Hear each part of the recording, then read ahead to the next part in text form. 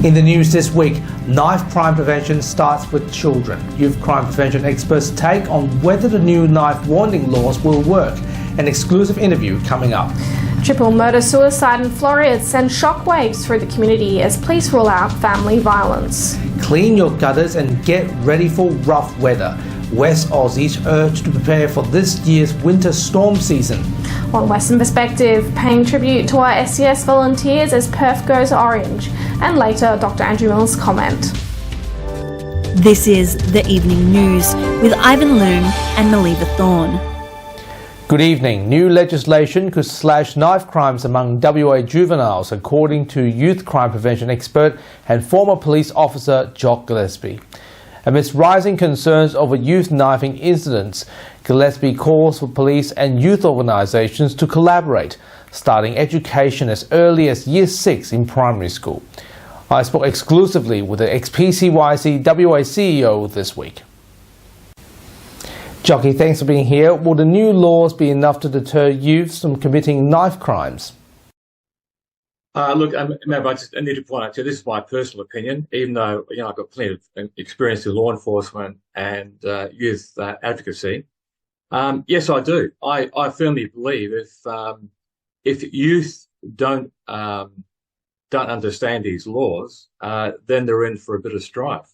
I think the laws are very, very strong, and as I say, there's sort of a collaboration like with the Queensland knife law themselves. But I think they're very strong, and it gives the police the discretionary powers to actually search people, especially young people under the age of 18 years of age, for knife or sharp-edged weapons. And I think that's a good deterrent. So how old should children be when education on knife crime prevention begins? Well, it can actually start even at primary school, later years in primary school. Year 6 probably upwards. And I know there's been a lot of education programs, and in the past through the police and through other agencies in terms of what the meaning of the laws are, especially even in Aboriginal communities. We've back in the many years ago, we've actually, and it still does happen now.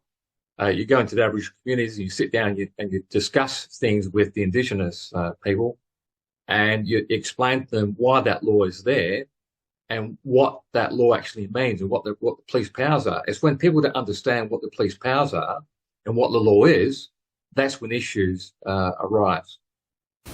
Do you expect young people to listen? Will they take it seriously or not really? Well, you've just seen some of those recent scenes with some of these young people running through shopping centres with knives. And I don't mean the Queensland one, or even the Sydney incident, but I'm just saying the ones just recently I've seen through Carousel and a couple others, they're absolute idiots. And all I'm going to say is, you're being told, you're being warned. If you decide to break that law, then you will have to bear the responsibility of what the punishment is. And I think that's where the deterrent is. Just very quickly, what about the parents? What role should they play to prevent knife crimes? Parents have the same as in schools. It shouldn't be left up to education and police as well. It should be up to parents to advise their children what's wrong and what's right. And I think that if their children have been involved in such incidents, or even if they have not, I think it's good for parents to actually inform their children as to what is wrong and what is right. And you can read the full story right now on the WIMN Extra News Club. Jock Gillespie, thanks for your time this weekend. Cheers, Ivan. Take care. A triple homicide in Perth's west shocked residents in Floreat. A 63-year-old man armed with a gun went into a home and shot a 59-year-old woman and her 18-year-old daughter before turning the gun onto himself. The incident has triggered a heavy police response this weekend. Authorities say the perpetrator knew the victims through a mutual contact and that the incident is not family violence related. Meanwhile, the gun was licensed and it belonged to the shooter. About 4:20 p.m. yesterday, a 63-year-old man attended a house in Floreat where a 59-year-old female and 18-year-old female were present. The male discharged a firearm, killing the 59-year-old female and critically injuring the younger female. St John provided emergency treatment to the younger female at the house. She was then taken to Royal Perth Hospital, but unfortunately she tragically died. The investigation into the circumstances of this investigation are ongoing. The 59-year-old deceased female was a friend of the man's ex-wife. These are distressing circumstances, and WA Police will continue to provide support to the first responders, families and friends of all those involved in this incident. At this point in time, we have collected some evidence from the scene. The investigation is ongoing. At this point, we can't reveal too many details because we are still trying to determine the circumstances, but that will probably come out in the course of time. I think the female at the address and the male were known to each other or had met previously, but look, it is still an ongoing investigation. We can't go into too much detail. We still have ballistic technicians at the scene. At this stage, we're really unsure about how many shots were fired. That is still the process going through with the ballistics people. At this stage, we're aware that police were on the street when the last shot was fired, and we believe that last shot was the male taking his own life. We received phone calls from a family member. We're still reviewing those particular calls and how they came to know what was going on at the house, but they're still subject of an investigation. We believe that the ex-wife and the owner of the Floreat house were good friends. We're not treating this as a family violence matter. Obviously, we'll still be preparing a report for the coroner in relation to all of the circumstances surrounding this and whether or not the relationships form part of this incident. We had the ex-wife and one of the daughters in our care at Homicide Squad last night. We are providing any support we can to them. Obviously, they are very distressed by these circumstances, and WA Police will make the appropriate referrals to them for counselling. As winter approaches Western Australia, so do the chances of heavy rain and violent thunderstorms. This week, the Weather Bureau and emergency services have teamed up to spread the message, reminding families and property owners to prepare for several months of wild weather. Paige Reid reports. With winter fast approaching, West Australians are urged to be ready for heavy rain, strong winds and flash floods. The Department of Fire and Emergency Services is encouraging Perth families to start preparing for the storm season now before it's too late. DFED's Commissioner of Operations, Craig Waters, is warning West Australians to not be complacent because of the hot and dry weather from October to April. So we're asking everyone to prepare their homes by clearing all the debris around from their properties, making sure their gutters are clean and their downpipes are free so that water can drain off out of their property sufficiently. Trim any trees back, prune any trees, and to prevent branches falling on your property and also on any vehicles that you may have in the close proximity. James Ashley from the Bureau of Meteorology says conditions throughout the southwest of WA are going to be changing as winter approaches. He is encouraging families to follow the advice of the DFES and ensure our houses are prepared for the incoming storms. Winter looks like being more normal. Rainfall conditions across the southwest of the state look like being average to even above average in many places across this winter. To stay up to date with severe weather warnings, please visit emergency.wa.gov.au. If your home is badly damaged this storm season and you need assistance, call SES on 132 500. Paige Reid, WAMN News. Hi there. Are you looking for a new home or want to refinance your car mortgage to get a better rate? At AA Finance Solutions, we have the expertise and knowledge to help you to find the right loan for your needs and budgets. Contact us today. Let us help you to make your home ownership dream a reality. AA Finance Solutions, your local mortgage broker. The opposition has criticised the Cook government's latest knife warning laws, saying the announcement was similar to what their party proposed 15 years ago. Liberal leader Libby Mettam met with the press this week and said the laws introduced by then Barnett Liberal government were common sense. Despite her criticism, she emphasised that the opposition will support the legislation in principle. we saw the most abhorrent attacks by Labor against the Liberals' plan for knife laws in this state. Western Australia could have been leading the country when it comes to knife laws, but we had extraordinary attacks by the other side, by the Labor government, by John Quigley, by our Minister for Police and now Minister for Police, accusing us of being fascist, accusing us of being similar to the Nazi regime as well. It is extraordinary that the Cook Labor government have been slow. It's extraordinary the Cook Labor government have been so slow to act when it comes to keeping the Western Australian community safe. It's extraordinary that in this budget there's no GPS tracking legislation, no coercive control legislation, and still no detail about knife laws which were proposed by the Liberal Party 15 years ago. Homicide squad detectives have charged a 27-year-old man over the death of the 48-year-old man in Carlisle. At approximately 1:45 p.m. on Friday, a 48-year-old man was riding a bicycle on Lyons Street. He was allegedly approached by a 27-year-old man driving a grey Kia Carnival station sedan. Authorities will be alleging that the driver struck the cyclist, causing him to be allegedly dragged by the vehicle for a short distance. The cyclist sustained critical injuries. Emergency services from St John WA attended the scene and transported the injured man to Royal Perth Hospital, where he later died from his injuries.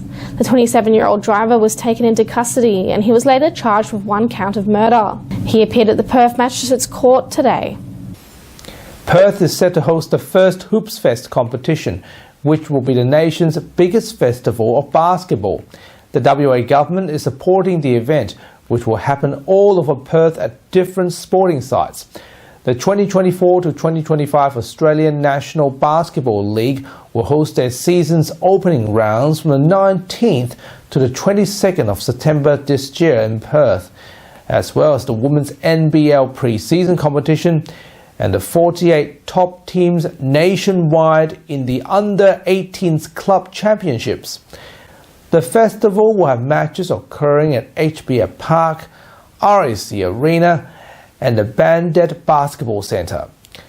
These will include the Hoops Fest Fan Festival, which will take place at Forest Place and have street basketball, music, entertainment.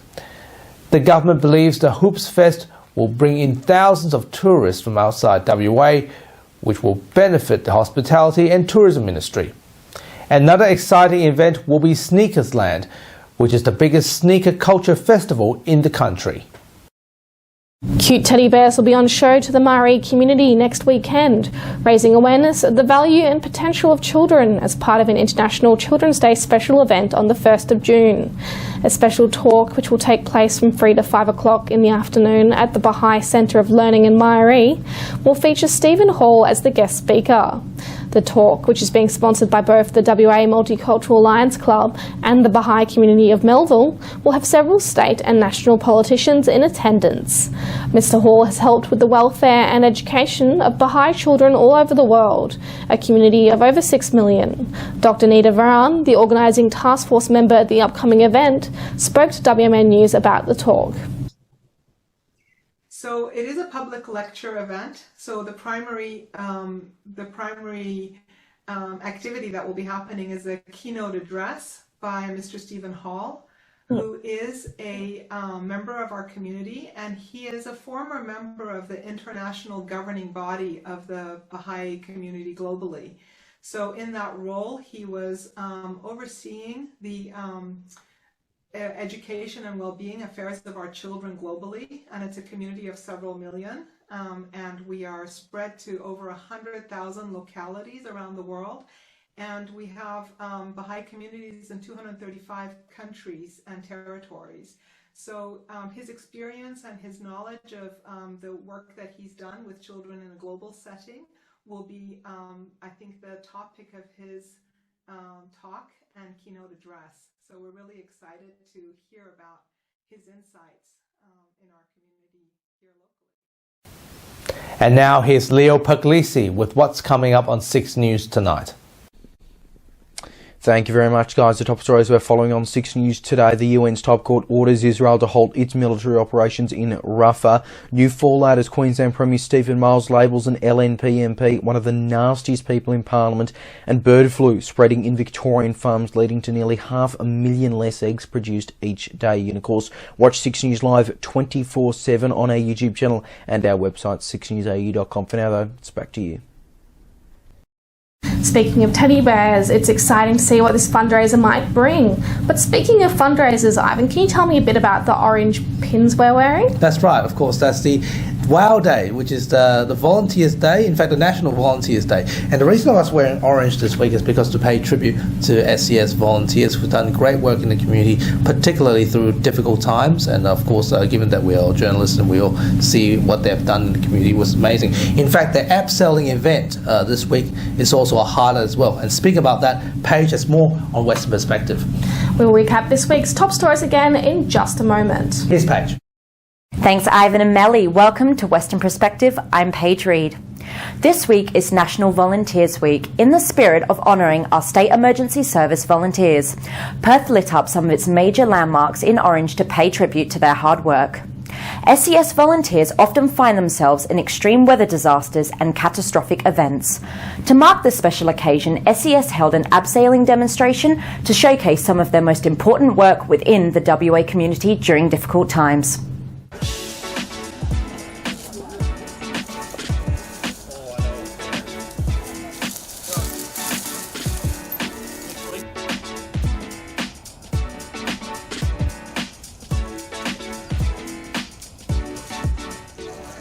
SES volunteers are always important. Today is the WOW Day.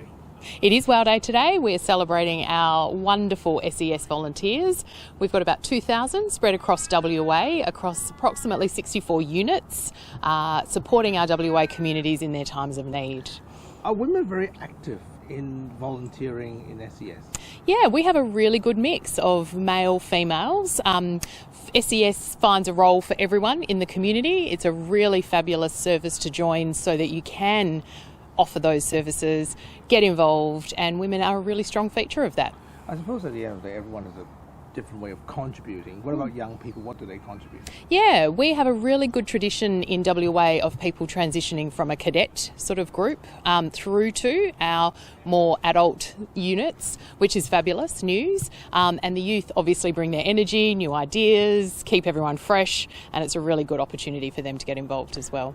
I suppose at the end of the day, there's always a perception of emergency services always for tough people. But nowadays, as time moves on, a more diverse group has stepped forward, though, isn't it? Yeah, look, I think it's always been the nature of volunteering that it's sort of ordinary people just stepping up, stepping forward for their community and doing some amazing things. When the chips are down, there's amazing community spirit here in WA where people step forward. And those people who are lucky enough to have done that and be trained and ready to go are always there. And that's a really big strength of our State Emergency Services units. Let me ask you a dumb question. How important is SES volunteers? Critical volunteers. SES come to the fore in all of our major emergencies, particularly those things that are around bushfires, floods, cyclones, so all of our big natural hazards, but also play a really critical role in searches. So we work with the WA Police and our emergency services partners, and SES have those really strong expertise in cliff rescues and searches, which can be really critical in a state as big as ours. Finally, how do you keep attracting quality volunteers, quality talents into it? Because that's the key thing, isn't it? Yeah, look, it is key. Our local volunteers are representative of their community. So where we see strong, fresh, vibrant communities, we see strong, fresh, vibrant volunteering groups. So I just always encourage people to step up, go and have a chat with their local brigades, groups and units and volunteer. There is a lot of younger people that we have in the SES, and speaking from my experience with Canning South Perth, a lot of the younger people that we have are often children of SES members within the unit. So yeah, I think volunteering does offer a lot to young people in terms of training opportunities. Included in that is leadership training as well. So yeah, I think there are plenty of young people at our unit. So, yeah, I think volunteering with the SES definitely is attractive for young people. And thank God for their amazing work. And now, here is Dr. Andrew Miller with his weekly medical news and commentary. Hi, thanks for your time. It's not like me to really get stuck for words, but I've been trying to think of what I want to say about the tragic violent incident in my own suburb this week with 2 women being shot by a man taken before their time in violent and evil circumstances, it seems. And it's just hard because what I like to offer is positivity and solutions and a way forward no matter what difficult issues we might be facing. But when there's so much trauma as is generated by a situation like this, it can be difficult to pick your way through that, the trauma and the grief, to find the solutions going forward. And I think that what we need to do then is turn towards our children and try and explain it to them and why it's so important that we repudiate violence, that we turn against anger, and that we offer particularly boys and men tools to deal with their anger, because it is our problem. This is a male problem. It's not because women have done things wrong. This is because men have not stepped up and solved the issue of domestic violence. It's good to know that our government is going to be spending more money in this area, but government programs can only go so far. It's about a culture. It's about a culture that doesn't mind seeing a bit of biffo on the in our sports, doesn't mind the idea that we have legalised violence that we reward in a commercial sense when it comes to things like UFC. And that unfortunately can spill over, that it's okay to solve problems with your fists from time to time, or with worse violence than that, and that could be a manly thing to do when in fact it's an incredibly cowardly thing to do. So I don't have the answers, I don't have the solutions, but I do know that it starts with accepting that it's very reasonable for women to prefer to be stuck in a forest with a bear than with a man, because at least they know that bear is probably not evil. That bear probably doesn't have a gun, and that bear's just getting about its own business and getting on with life. And you just don't know when you meet a man that you haven't met before what their intent might be. And that's a completely different situation. And we do know that evil lurks out there in the hearts of men sometimes, and it can be hard to predict. So in terms of positivity, I would say that I've never met an evil little boy, and there are ways that we can teach them from a young age that gentleness and kindness and nurturing and love towards everybody, and particularly towards the women in their lives, the girls in their lives who may be scared of what men are capable of, is the way forward. And maybe one boy at a time, we have more hope for the future to improve what is a pretty disastrous domestic violence situation in our country at the moment. Thanks very much for your time. That's Dr. Miller, and that's Western Perspective for this week. We'll be back again next time, but for now, it's back to you, Ivan and Melly. Thanks, Paige. And that's our weekly news and current affairs. We have the latest news on our website, wamnnews.com.au. Remember to subscribe to the WAMN Extra News Club so we can continue our work in the community. Full details on wamnnews.com.au/news/extra. From Melly, Paige, Peter and myself, wish you good health, good night. See you next Sunday. Thanks for watching.